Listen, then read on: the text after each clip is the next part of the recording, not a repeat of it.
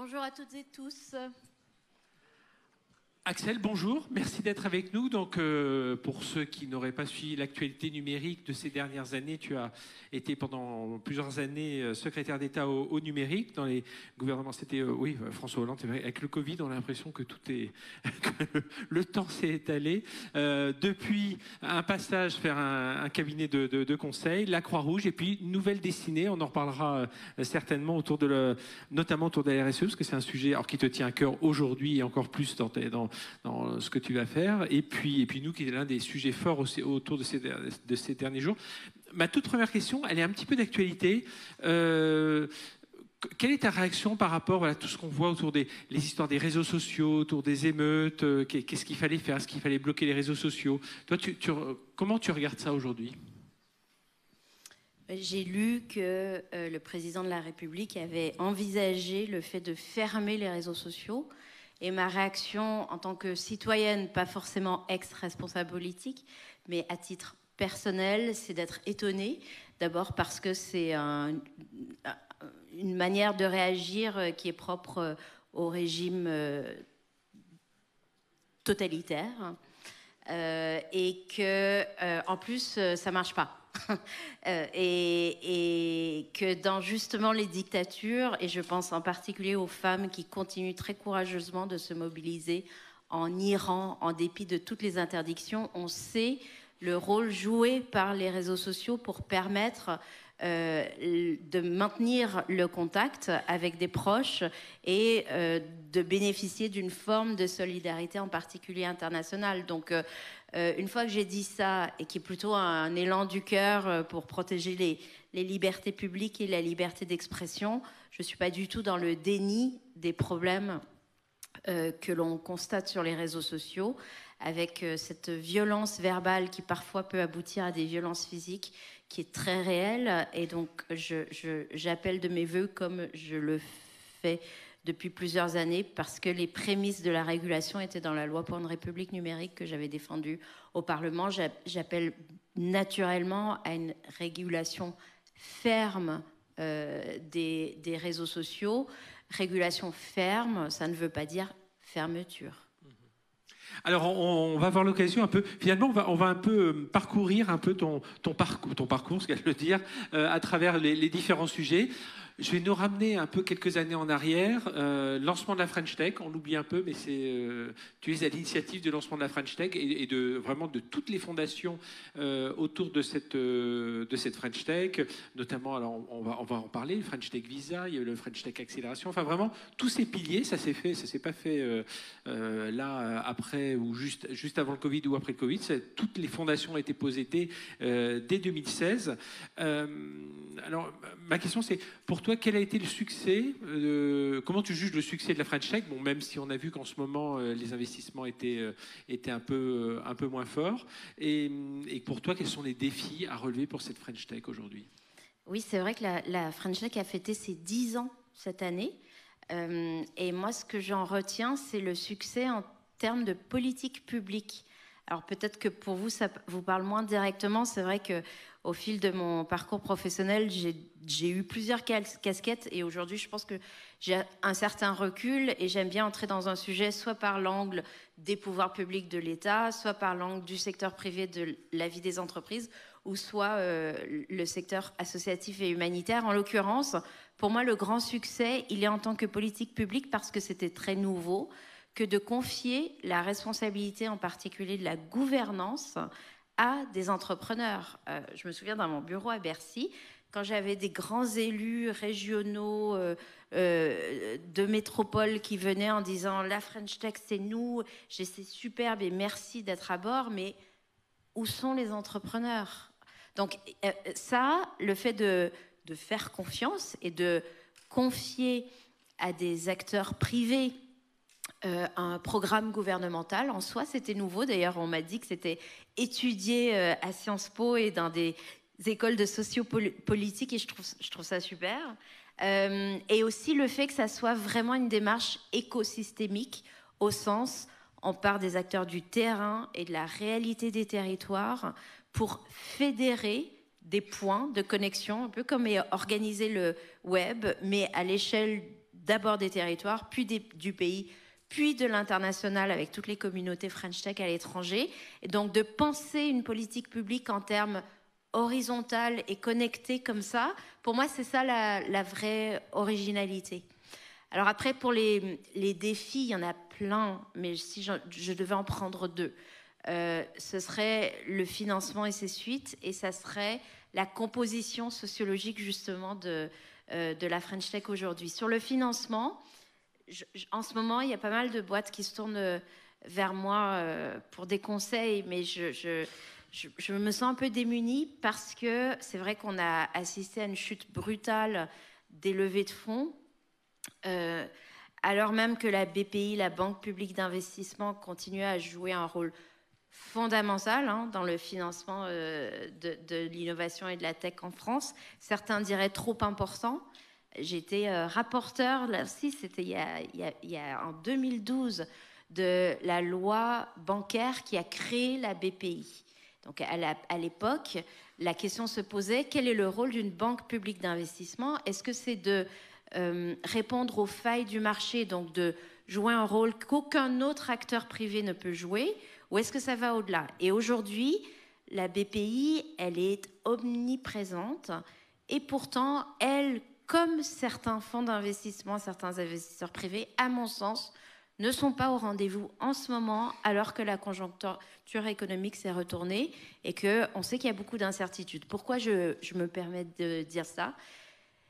C'est parce que ils ont vite oublié tout ce qu'on disait sur la tech for good, tout ce qu'on disait sur la prise en compte des critères d'impact, impact social, impact environnemental, sur la nécessité du temps long, d'avoir des attentes en termes de ROI qui, là aussi, soient peut-être un peu moins pleines d'appétit, mais qui comprennent la réalité économique des entreprises. Et moi, je vois pas mal de startups qui, en ce moment, se cassent la figure pour des questions de trésor. Et ça, je trouve ça malheureux parce qu'elles ont des clients, parce qu'elles ont des très belles perspectives de croissance et que l'attentisme qu'on constate chez les investisseurs lié à la conjoncture économique a des conséquences graves pour la scène entrepreneuriale. C'est un peu l'éléphant dans la salle. Moi, je trouve que lorsqu'on sait le rôle de l'investissement public dans le soutien à l'investissement privé, il faut aussi rappeler l'importance d'orienter cet investissement vers les situations critiques. Et en ce moment, on est dans une situation critique. Oui, on parle, c'est vrai, beaucoup plus de discipline financière demandée aux startups, mais c'est vrai que elles ne sont pas toutes dans la même situation, quoi. Il y a celles, comme tu dis, qui ont des clients, il y a celles qui vivotent un peu. Et oui, il y a eu beaucoup d'argent facile, on sort d'une période très faste, et que la période actuelle soit l'occasion d'optimiser, de rationaliser, de remettre peut-être de l'ordre aussi au niveau RH, de se concentrer sur les fonctions vraiment essentielles, etc. Tout ça, c'est nécessaire. En revanche, quand on laisse se planter des entreprises qui peuvent aller bien, là, il y a une responsabilité qui, je pense, doit être aussi discutée publiquement. Parce que est-ce que vous savez si la BPI perd beaucoup d'argent dans le financement des startups? J'ai pas regardé le dernier rapport annuel de la BPI. C'est en tout cas dans mon esprit une banque qui va bien, qui a plutôt des taux de rendement supérieurs à la moyenne des banques françaises. Et alors sur la ligne start-up, je sais pas, mais en tout cas, on peut pas que avoir des rendements positifs sans la prise de risque qui va avec. Et encore une fois, je ne parle pas forcément d'immenses risques technologiques. Là, j'ai vu des boîtes qui ont juste des problèmes de cash flow et qui ne sont pas suivies. Alors, il y a aussi un autre sujet, c'est qu'on a importé un peu en mode copier-coller le mode de financement de la tech issu de la Silicon Valley. Donc, capital risque. Peut-être que c'est le moment d'être innovant dans la manière de financer, notamment pour essayer de moins diluer les entrepreneurs. parce que des fondateurs de start-up qui se retrouvent totalement dilués à force d'avoir fait plusieurs levées de fonds successives et qui donc n'ont plus la main sur la vision stratégique de leur boîte. Je trouve ça dommage. Et là aussi, peut-être que par des mélanges entre le recours aux banques à des types de prêts, par exemple, et à du capital risque, il y aurait moyen de diluer moins rapidement les entrepreneurs. Tout ça pour dire que c'est un moment très intéressant parce que la conjoncture nous y oblige pour poser les choses et réfléchir à comment veut-on financer la French Tech demain. Oui, et puis après, il y a tout le financement aussi de la Deep Tech. Hein. On voit des Pascal qui réussissent à lever 100 millions. Voilà, mais là aussi, il y aurait peut-être plus d'investissement à mettre dans ce type d'entreprise biotech, Deep Tech. Alors, il y a une question là sur la Tech for Good, mais on y reviendra peut-être parce que ça ressemble un peu si on suit ton parcours, justement, parce que la Croix-Rouge est citée, on reviendra dessus. Tu disais, les premiers beaucoup de défis, mais toi, tu en retenais 2. L'investissement. L'autre, c'est la composition des start-upers.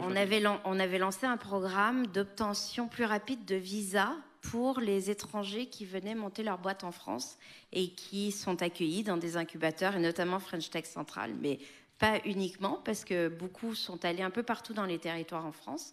Et je trouve là aussi, on ne parle pas assez de ce sujet. Le constat de différence entre la Silicon Valley, les États-Unis de manière générale, sur le regard porté sur le rôle positif de l'immigration dans le fait d'irriguer la dynamique d'un écosystème tech par rapport à la France est, à mon sens, assez flagrant. La situation politique en France m'inquiète beaucoup. Aujourd'hui, le Premier ministre indien est ici pour célébrer la fête nationale. Et, by the way, joyeux 14 juillet à toutes et tous. C'est une occasion formidable de poser la question des collaborations tech avec l'Inde, des passerelles pour faire venir des talents indiens. Regardez les entreprises technologiques dans la Silicon Valley aujourd'hui, qu'on parle de Google, de Twitter, d'IBM, de Microsoft bien sûr, d'Adobe, de Vimeo et autres. En fait, elles sont très nombreuses à être dirigées par des Indiens. Ça pose vraiment la question de l'attractivité de l'écosystème tech français vis-à-vis des talents étrangers. Moi, je n'en peux plus de cet écart entre la perception et l'irrationalité du débat public sur les sujets d'immigration et la réalité. La réalité, c'est que la France est le 20e pays d'Europe sur 27, 20e en termes de flux migratoires et d'accueil d'étrangers en proportion de sa population. Nous sommes très, très loin derrière l'Allemagne, alors même qu'on a une population vieillissante, alors même qu'on a un besoin de compétences techniques très identifiées d'ailleurs. Donc il y a peut-être un moment où il faudrait regarder cette situation de manière un peu plus apaisée, un peu plus rationnelle, pour pas laisser la place à la chienlit. Oui, on parlait de cette French Tech Visa, justement, qui date de 2016. Autre sujet, et tiens, avant de passer à l'autre sujet, on va parler d'IA. Alors, si je suis en parcours, c'est au cabinet Roland Berger. Il y a un sujet sur la cybersécurité. Est-ce que le ministère du numérique actuel a-t-il conscience de l'importance de la place des hackers en France pour protéger l'ensemble de l'écosystème? Est-ce que tu penses que la cyber est suffisamment mise en avant par les pouvoirs publics pour protéger les entreprises, et notamment dans les territoires? Souvent, on a vu un témoignage très, très dur l'année dernière d'une PME locale qui a failli ne jamais redémarrer. Ouais. Alors, est-ce qu'ils en ont conscience? Je ne peux pas parler à leur place et je n'ai pas eu cette conversation avec eux, mais je pense que oui.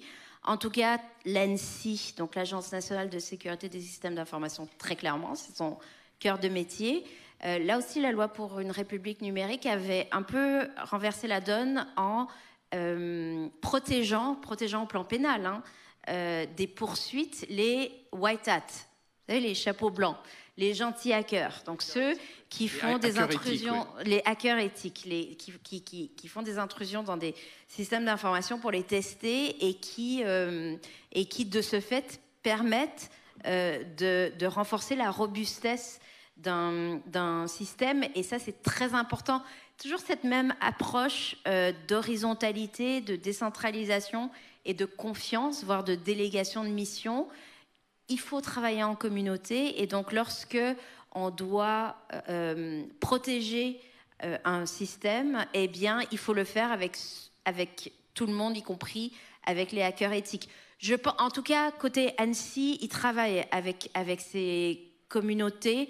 Je ne sais pas si aujourd'hui c'est un travail proactif du côté du ministère, mais je l'espère. Il n'y a pas de risque zéro, donc il ne faudrait pas tenir le discours inverse qui est de considérer qu'on peut tout protéger. C'est faux. Et au fur et à mesure que les risques augmentent, et ils augmentent de manière dans des proportions incroyables au fur et à mesure que les usages augmentent, eh bien, la conscience du risque augmente aussi. Là où je suis un peu inquiète, c'est que les financements ne sont pas à la hauteur. C'est vu comme un poste de coûts et de dépenses lourd, déjà pour les entreprises, encore plus pour les PME. Alors imaginez dans le secteur public, et moi j'ai vu, et associatif, des situations, je pense en particulier à des hôpitaux. Les gros hôpitaux, les grosses structures hospitalières, elles peuvent se protéger, de toute façon elles n'ont pas le choix, mais les petits centres médico-sociaux, et alors la sphère sociale, n'en parlons pas, il y a quand même des risques béants d'attaques informatiques aujourd'hui. Ça suppose des investissements que de bien se protéger, et là on est loin du compte. Moi, je vois même une tendance, je dis toujours qu'il faut se méfier à ce que le ransomware ne devienne pas le new normal. C'est-à-dire qu'aujourd'hui, il y a des assureurs qui remboursent les rançons, et comme les pirates sont tellement bien structurés, là, je discutais avec une société qui s'était fait racketter il y a quelques temps. Véridique, hein, le patron de la sécurité me dit « Oh, le type, il a été super, il nous a accompagnés tout le long de notre restructuration de système d'information. » Le pirate, hein, enfin, parce qu'ils étaient très présents. Donc, il y a vraiment un truc, et du coup, les budgets, enfin voilà, il y a toute une histoire autour de ça. On parle d'IA, ça a été un des gros sujets hier, aujourd'hui, on a un petit peu, c'était plus en filigrane aujourd'hui, mais enfin, gros sujet hier. Toi, qu'est-ce que tu ressens parmi la situation de l'IA aujourd'hui? Alors, évidemment, elle nous a éclaté au regard depuis le mois de novembre avec ChatGPT, mais ça fait un moment, hein, et toi-même tu as vu démarrer des startups dans l'IA dans les années 2016, 2017, et puis il y en avait même avant. Comment tu ressens aujourd'hui cette situation, voilà, autour de cette IA qui, alors générative notamment, qui est en train de transformer pas mal de choses et à une vitesse importante? Alors il y a deux écoles. Moi je suis plutôt école Yann Lequin.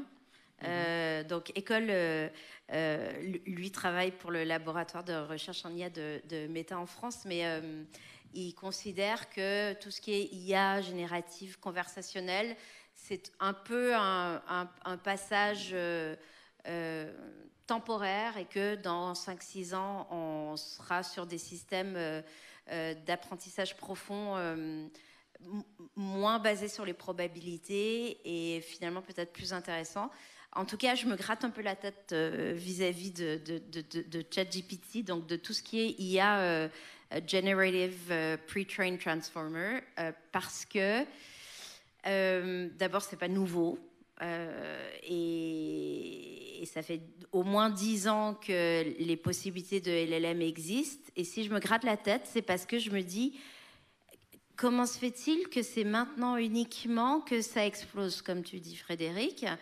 Et donc, qu'est-ce qu'on a raté pour que ça ne soit pas plus tôt? Le dernier papier de Google, d'un point de vue technologique, hein, intéressant pour la recherche, il date d'il y a 4 ans. Et en fait, là où je suis scotchée, et j'ai fait de la politique, je devrais connaître l'importance de la communication, du marketing et tout ça, je suis scotchée qu'un acteur comme ChatGPT se soit contenté d'ouvrir au grand public sa plateforme pour que tout d'un coup, on se dise c'est la révolution. Donc déjà, là aussi, prenons un peu de recul, ce n'est pas une révolution. On voit la puissance de l'outil, on voit ce que ça peut apporter. On en connaît aussi les limites, hein. Il faut le voir comme une conversation, c'est un langage, c'est pas la vérité. C'est comme si on avait en face de nous quelqu'un qui conversait avec nous et qui va nous dire, en utilisant aussi des probas pour deviner les mots qui vont venir après, qui va nous dire ce qu'il pense parce que c'est cette personne. Et en l'occurrence, derrière cette personne, il y a 1000 milliards de mots qui sont captés sur l'Internet. Par contre, il faut s'y intéresser pour essayer de maîtriser. Mais bien sûr, mais ce que je veux dire, c'est qu'on est sorti de l'hiver de l'IA et les promesses technologiques, elles vont continuer à se développer dans 5 ans, dans 10 ans, dans 15 ans. Oui, l'IA est de plus en plus intelligente. Oui, elle arrivera sans doute à la hauteur de l'intelligence humaine, jamais pour nous remplacer, à mon avis. Le vrai enjeu, c'est un enjeu d'usage, de définition des cas d'usage. Donc, ChatGPT, pourquoi faire? Franchement, il y a plein de fois où un bon tableur Excel ou un moteur de recherche, ça suffit. Et donc, quand je vois qu'il y a des grands corporates qui dégagent des budgets IA, et du moment qu'on met le tampon générative, ça permet d'acheter des prototypes, pourquoi pas, mais la vraie question à se poser, c'est pourquoi faire, pour quel cas d'usage? Et je pense que ce type d'IA va être très intéressant pour, dans des contextes professionnels, des segments particuliers, des fonctions spécifiques pour apporter de la performance opérationnelle. On a eu des exemples hier notamment. Autre sujet, d'ailleurs je vais rebondir du coup sur l'une des questions, sur la Tech for Good. Quelle est la place des associations historiques Croix-Rouge, dont tu as été l'une des responsables il y a encore quelques semaines à peine. Donc sur la Tech for Good, quelle est la place des associations historiques Croix-Rouge et Emmaüs pour aider les startups à se créer? Est-ce que ça n'aiderait pas les investisseurs de voir des grandes structures aider les plus petites? C'est un peu le même débat que le rôle des grands comptes, des corporates vis-à-vis des jeunes pousses. C'est-à-dire que, est-ce qu'il faut collaborer quitte à être étouffé, ou est-ce qu'il vaut mieux apporter des solutions dites disruptives qui permettent d'être développées plus rapidement et surtout d'être vraiment en phase avec la nouveauté, avec l'innovation? Aujourd'hui, je pense plutôt pour la deuxième solution. Parce que, comme dans certains grands comptes, les grandes associations ont eu tendance à se bureaucratiser et elles sont tellement sous la pression de l'urgence sociale et de fait répondent au quotidien à des urgences toujours plus grandes. Les confinements et, on a parlé de la hausse de l'inflation, ont des effets très réels sur la capacité des gens à se loger et à se nourrir en particulier. Et donc ça fait qu'il est très difficile de laisser de la place à l'innovation et aux enjeux de transformation digitale. Ça ne veut pas dire qu'il ne faut pas essayer et qu'il ne faudrait pas qu'il y ait une place, mais la réalité aujourd'hui, et je suis pour ça très pragmatique et lucide, c'est que c'est compliqué. En revanche, il y a des opportunités d'innovation absolument formidables.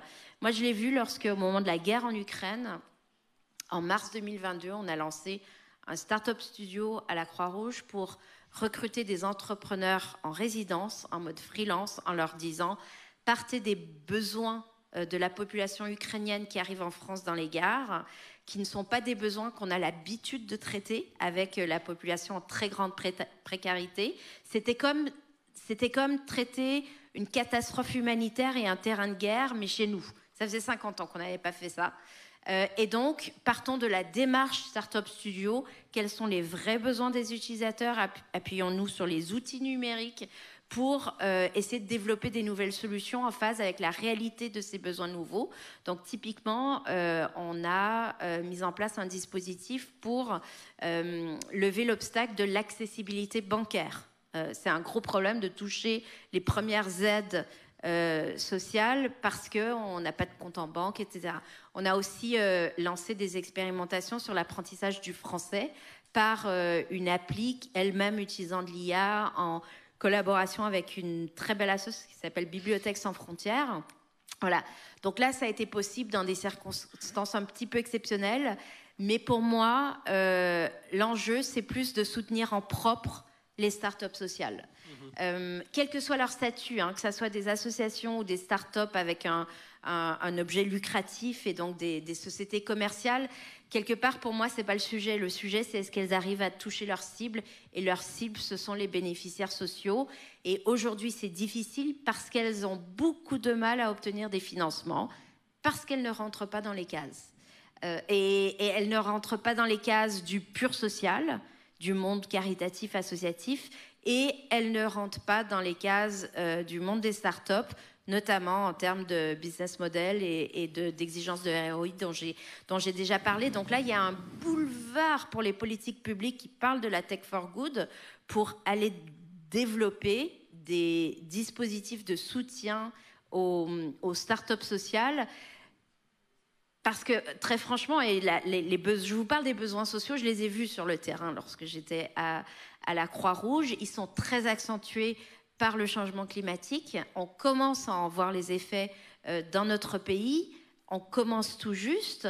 On ne pourra pas se poser la question de la transition écologique sans se poser la question de notre capacité collective à répondre à ces nouveaux besoins sociaux. Et donc, si on s'appuie uniquement sur les acteurs incumbents, comme on dirait dans le monde corporate et du secteur privé, on ne va pas y arriver. Et donc, l'innovation et les outils digitaux doivent aussi totalement s'engouffrer dans les réponses à apporter à ces enjeux. Il nous reste 3-4 minutes là pour conclure. Je vais rebondir sur une des questions qui nous permettra d'attaquer la suite. C'est allez-vous revenir en politique? Et du coup, selon la réponse, mais ton envie aussi, c'est d'aller aujourd'hui vers des enjeux RSE dans les entreprises. Oui. Donc la politique, pour l'instant, sera de côté. Pour moi, le travail, c'est une école, en fait. Je ne sais pas si vous êtes tous comme ça, mais pour moi, l'intérêt du travail, c'est d'apprendre et c'est de partager et d'être avec des gens bien et sympas. Et en tout cas, voilà. Et donc, et puis d'être sur des sujets utiles et intéressants. Pourquoi aujourd'hui, je me tourne vers la RSE? Parce que dans ce 360 degrés... il y a le sujet environnemental et je pense que le numérique mis au service du défi environnemental, c'est un enjeu sur lequel j'ai envie de travailler. Et puis, parce qu'on n'a pas le choix, en fait, et qu'on doit essayer d'œuvrer à ce que la RSE, donc la responsabilité sociale et sociétale des entreprises, qui inclut la diminution de l'empreinte carbone, ça devienne un sujet core business, un asset stratégique des entreprises, pas uniquement de la mise en conformité réglementaire, pas uniquement de la production de data pour rassurer les financiers. D'ailleurs, moi, j'aimerais que les données au ESG soient des biens communs, c'est-à-dire qu'on les mette en open data et qu'il n'y ait pas un marché privé de la data ESG, mais qu'au contraire, ça soit un référentiel accessible à tous pour qu'on sache le chemin à parcourir pour atteindre les objectifs de développement durable. Donc, en fait, il faut... Je veux travailler sur ces enjeux de RSE. La politique, elle nous quitte jamais vraiment. Si certains parmi vous en ont déjà fait, quand on l'a en soi, ça part pas. En revanche, je n'ai pas d'approche carriériste vis-à-vis de ça. Ne serait-ce que parce que j'ai un loyer à payer et 3 enfants à élever, n'est-ce pas? Et donc, je ne suis pas à la recherche de mandats. En revanche, ce qui m'anime toujours autant, c'est un besoin vital, c'est d'essayer de me rendre utile. Et donc là, en l'occurrence, je pense que l'enjeu, il est sur l'environnement dans les entreprises.